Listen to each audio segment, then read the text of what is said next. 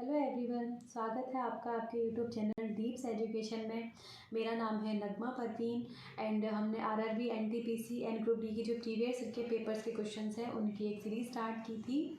आज ये मेरी 5th क्लास है, तो जिन्होंने भी मेरी प्रीवियस क्लासेस नहीं देखी है उनके लिए जो लिंक है डिस्क्रिप्शन बॉक्स में दिया गया है, आप वहाँ पे क्लिक करके मेरी प्रीवियस क्लासेस देख सकते हो, या फिर आप चैनल के प्लेलिस्ट में जाकर भी मेरी प्रीवियस क्लासेस देख सकते हो।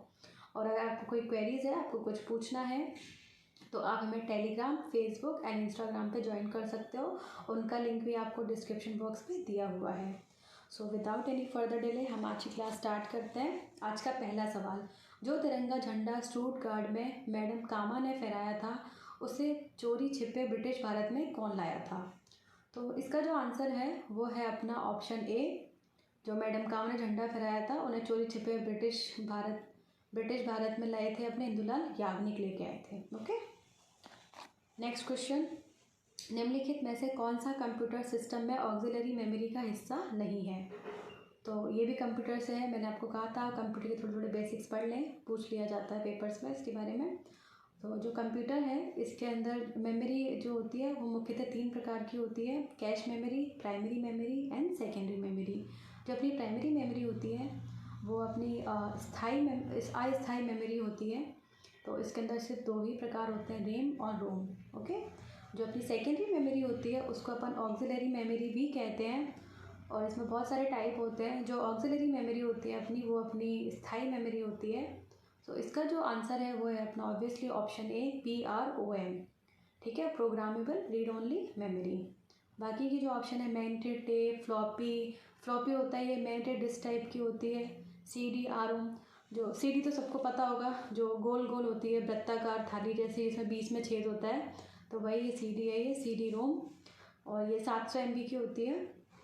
ओके, नेक्स्ट क्वेश्चन, भारत की संविधान सभा का विचार पहली बार किसने दिया था? तो जो भारत की संविधान सभा है, संविधान सभा के बारे में जो सर्वप्रथम विचार दिया था वो अपने बाल गंगाधर तिलक जी ने दिया था 1895 में। उसके बाद इसके बारे में चर्चा की थी महात्मा गांधी जी ने 1922 में। उसके बाद इसके बारे में बात की थी नेहरू समिति थी 1928 में, उसने इसके बारे में चर्चा की थी। और उसके बाद जो है इसके बारे में विचार किया था MN रॉय ने 1934 में। ठीक है, तो जो इसका आंसर है वो अपना option D, MN Roy. Jallianwala Bagh नरसंहार किस वायसराय के कार्यकाल के दौरान हुआ था? तो जो जलियांवाला बाग है इसके बारे में हमने अपनी प्रीवियस जो क्लास है उसमें भी काफ़ी डिस्कस किया था। तो जो जलियांवाला बाग है ये अपना हुआ था 13 अप्रैल 1919 को। 13 अप्रैल को पंजाबी न्यू ईयर होता है, वैशाखी का त्यौहार होता है। तो जलियांवाला बाग में वही वैशाखी के दिन मेला लगा हुआ था, जिसमें जनरल R डायर ने गोलियां चलवा दी थी और बहुत सारे लोगों की मृत्यु हो गई थी। तो जो अपने वाइसराय थे उस समय वो थे Lord Chelmsford, option A. Okay, निम्नलिखित में से क्या परिसंचरण तंत्र का अंग नहीं है? तो फर्स्ट ऑफ ऑल तो ये परिसंचरण तंत्र क्या होता है? जो अपना रक्त होता है उसके पूरे शरीर में जो प्रवाह है उसी को अपन परिसंचरण तंत्र कहते हैं। इसमें जो अंग काम आते हैं अपने देखते हैं, धमनियाँ ये काम आती हैं। बड़ी आंत है ये अपने पाचन तंत्र में काम आती है। इसका परिसंचरण तंत्र से कोई लेना देना नहीं है। तो जो अपना जो ऑप्शन है, आंसर है अपना 45 क्वेश्चन का, इसका आंसर है अपना ऑप्शन बी।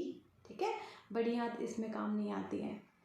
तो परिसंचरण तंत्र क्या है? जैसे जो परिसंचरण तंत्र है अपने हृदय से जो शुद्ध ऑक्सीजन होता है वो अपने धमनियों के थ्रू पूरी बॉडी में उसका प्रवाह होता है। बेसिकली जो शुद्ध रक्त है वो अपने धमनियों में बहता है, धमनियों से वो अंगों में जाता है, अंगों से शिराओं में होते हुए वापस से हृदय में लौट के आता है। तो जो धमनियाँ होती हैं उसमें शुद्ध रक्त बहता है, जो शिराएँ होती हैं उसमें अशुद्ध रक्त बहता है। तो इसमें जो सबसे इम्पॉर्टेंट रोल होता है वो अपने हृदय का होता है ब्लड फ्लो में। ओके, नेक्स्ट क्वेश्चन, निम्नलिखित में से कौन सी परियोजना उत्तराखंड में है?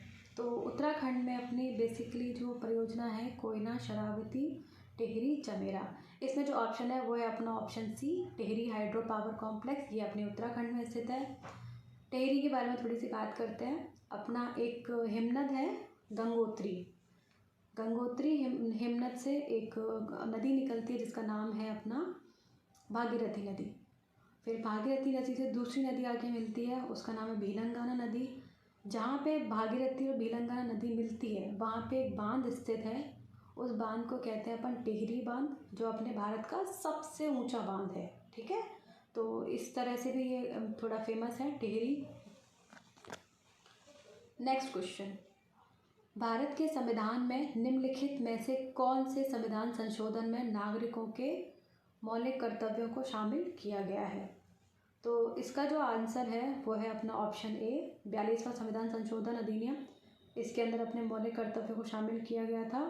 और जो ये 42वां संविधान संशोधन है ये बहुत ही इम्पॉर्टेंट है, ये कई सारे एग्जाम में पूछ लिया जाता है। इस बार जो आरएस का पेपर था उसके अंदर भी इसके रिगार्डिंग क्वेश्चन पूछा गया था। बाकी के ऑप्शन देखो तो 36वां संविधान संशोधन, इस 36वां, 44वां, 35वां ये सारे ही हैं। तो जो 35वां संविधान संशोधन है इसके अंदर ये 1974 में हुआ था। इसके अंदर सिक्किम को अपना सहायक राज्य बनाया गया था। और जो 36वां संविधान संशोधन है ये 1975 में हुआ था। इसके अंदर जो सिक्किम है उसका भारत में पूर्ण विलय कर लिया गया था। ठीक है, और जो पहले पूर्ण विलय से पहले जो वहाँ पे जो शासन था वो एक चौग्याल वंश का शासन था वहाँ पे। इस तरह से जो सिक्किम है वो अपने 7 सिस्टर्स में नहीं आता। सिक्किम के बारे में भी हमने अपनी प्रीवियस क्लास में काफ़ी डिस्कस किया था, अष्टलक्ष्मी क्या है, तो वो उसके लिए आप प्रीवियस क्लासेस देख लें। नेक्स्ट क्वेश्चन, भारत सरकार ने इंद्रधनुष फ्रेमवर्क कार्यक्रम की शुरुआत किस लिए की थी? तो इसके अंदर जो अपना आंसर है वो है अपना आंसर ऑप्शन बी, सार्वजनिक क्षेत्र के बैंकों का पुनरुद्धार करने के लिए। एक मिशन इंद्रधनुष है जो 25 दिसंबर 2014 को स्टार्ट हुआ था। उसका जो टारगेट था वो अपना वैक्सीन था, इम्यूनिटी को बढ़ाने के लिए। ओके, तो अपन नेक्स्ट क्वेश्चन देखते हैं। सापेक्षता का सिद्धांत किससे संबंधित है? ये तो सभी जानते होंगे, तो बहुत फेमस है, अल्बर्ट आइंस्टीन। ठीक है, जो अल्बर्ट आइंस्टीन है उन्होंने सापेक्षता का सिद्धांत दिया था। बट ये बहुत कम लोगों को पता है कि एक नागार्जुन करके एक व्यक्ति रहे थे जो बौद्ध धर्म की महायान शाखा से संबंधित थे। उन्होंने ये जो सापेक्षता का सिद्धांत है ये अल्बर्ट आइंस्टीन से भी बहुत सालों पहले दे दिया था। बट वही है कि जो फेमस हो गया उसको सब याद रखते हैं। तो जो नागार्जुन है उनको भारत का आइंस्टाइन कहते हैं, बट कहना ऐसा चाहिए था, जो अल्बर्ट आइंस्टाइन है उनको पूरा क्रेडिट दिया गया है। बट जो ठीक है, जो भी है, जो फेमस है उसी को सब याद रखते हैं। तो इसका जो आंसर है वो है अपना अल्बर्ट आइंस्टाइन। नागार्जुन के बारे में आई डोंट थिंक कि ज़्यादा किसी को पता होगा, तो उनके भी बारे में भी आप थोड़ा पढ़ें। लास्ट क्वेश्चन ये है, आप आज का अपना लास्ट क्वेश्चन है, भारत का पहला एटॉमिक पावर स्टेशन कब चालू किया गया था? इसका जो आंसर है ये तो बहुत फेमस है एक्चुअली, क्योंकि अपने राजस्थान में सिर्फ एक ही है, रावत भाटा। तो उसी के रिगार्डिंग जो पहला है अपना वो अपना स्टार्ट हुआ था 28 अक्टूबर 1969 को। ठीक है, ऑप्शन बी 1969 को स्टार्ट हुआ था। ये अपने तारापुर महाराष्ट्र में स्टार्ट किया गया था। ये आज का अपना लास्ट क्वेश्चन है। Thank you.